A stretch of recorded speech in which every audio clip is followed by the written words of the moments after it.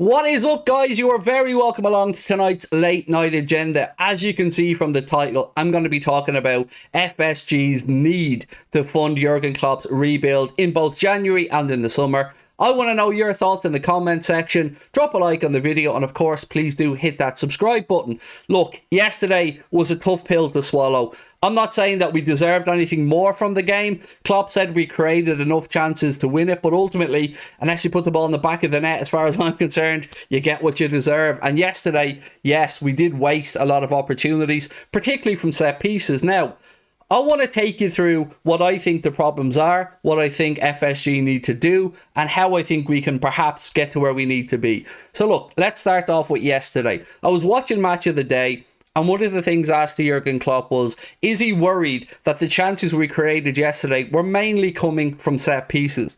Now, he may say no, but I would beg to differ. Look, it's always brilliant when you've got players like Virgil van Dijk or Kanade who can get on the end of a free kick or a corner, and having those good routines, picking up extra goals during the season will certainly do us no harm whatsoever.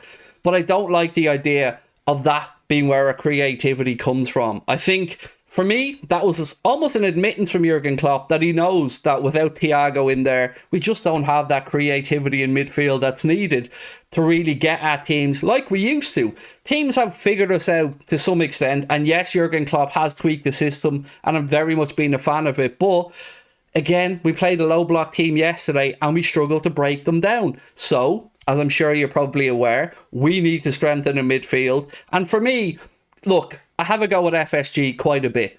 I moan about them over X and Y and blah, blah, blah. But ultimately, if they genuinely have any interest in Liverpool continuing to be successful, and by successful I mean challenging for the major trophies, being in the Champions League season after season, then they have to fund Jurgen Klopp's rebuild, and not on the cheap.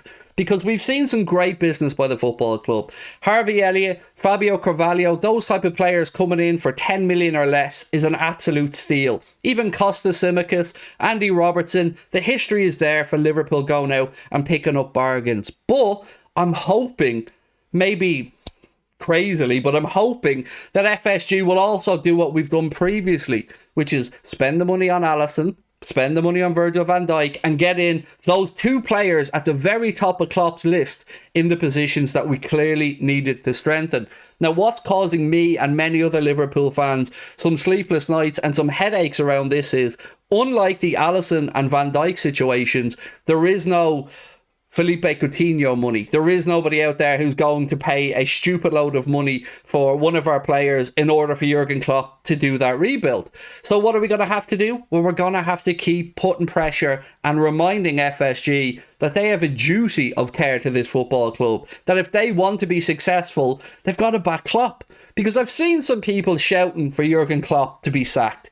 I don't know what to say to you. Like, if you're not happy with Klopp being our manager, I've no problem with you critiquing, or anybody critiquing, a team selection, a performance, substitutions, the way we've set up. But if you're at the stage where you want Jurgen Klopp gone, then I ask you, who do you think is going to come in and do a better job and unify our fan base as much as Jurgen Klopp has? Nobody. And I think FSG know that. So this is where we, and I hope all of our fans, get on FSG's back a little bit. I'm not urging anybody to be hateful. I certainly don't want any abuse going towards John W. Hendry or Linda or Tom Werner or anybody like that. But they need to be reminded that the football landscape has changed. And if you want to compete at the very top level, they've got to go out there and spend money. You know where I'm going with this. We need Jude Bellingham. That's a given. On top of that, if that was to fall through, or if that didn't happen, only other players realistically I could see coming in and making an impact, a real statement in that midfield, would be like Declan Rice, whom I don't think we'd be able to afford. I don't think FSG would pay what it would take to get Declan Rice. And I know Chelsea have had a long time interest in him as well. So that's probably very, very, very unlikely. On top of that, you could get maybe like a Barella. But for me, it is those two. It is Jude Bellingham, or Declan Rice. I don't see anybody else who's going to be able to do what Jurgen Klopp will want his central midfielder to do, which is be box to box, which is have bundles of energy, which is be strong in possession, which is be strong in his running game, which he understands the press and will lead from the middle of the park. Add to that a little bit of creativity alongside him. Now, whether that is Thiago, I would say whether it is Naby Keita, but ultimately that's been a failure. And I hope that Naby Keita is allowed to move on at the end of the season. That's kind of where I am at the minute. We need somebody to provide us that spark, somebody who can break the lines, and maybe that somebody will be Fabio Carvalho. Maybe Jurgen Klopp will readjust him into a more advanced central position going forward if we stick with a 4-4-2. I don't mind either way. I don't mind who it is, but we need to start the rebuild in January if at all possible, and certainly by the very, very, very latest next summer. Jurgen Klopp and Liverpool have no divine right to be a Champions League team. I watched the game today between Spurs and Newcastle. Newcastle got the 2-1 victory, which pushed themselves into the Champions League places. And again, they haven't exactly gone out there and set the world on light with regards to what they've spent. They've been clever. The players that have been brought in by Eddie Howe have got the job done. They've bought into the project. And it kind of reminds me of Jurgen Klopp's time here when he was bringing in players who weren't headline grabbers, but were part of a unit that transformed the football club. And I think they need to be lauded for that, as much as I know where the money is and I know all that stuff around Newcastle's ownership.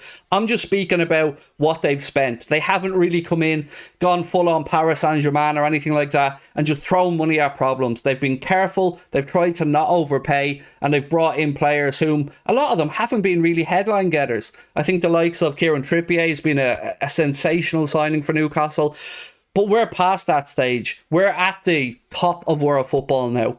And if we want to stay there, if Jurgen Klopp and FSG want to keep increasing Liverpool's presence around the world and being able to attract the top players, then we have to make sure that at a bare minimum this season, it's Champions League football.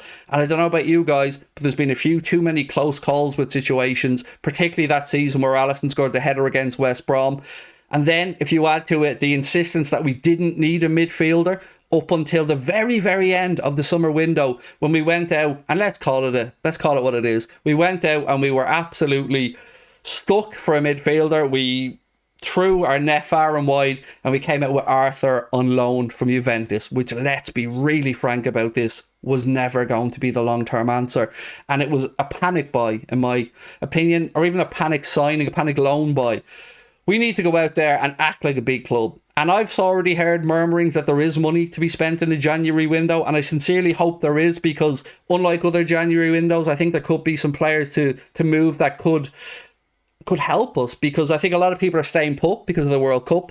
With the World Cup being over then, I do think there will be a bit more scope to do some business in January. And don't forget, if we bring somebody or some two players maybe in January, the season is a little bit extended as well, so we will get that benefit for the second half of the season. And if nothing else, what I like about bringing players in January is, yeah, you hope they have an immediate impact when they come in, but ultimately they will be bedded in and ready to go for the following season, which will just leave Jurgen Klopp the job of making sure that Jude Bellingham is ready to settle in. Do you know what I mean?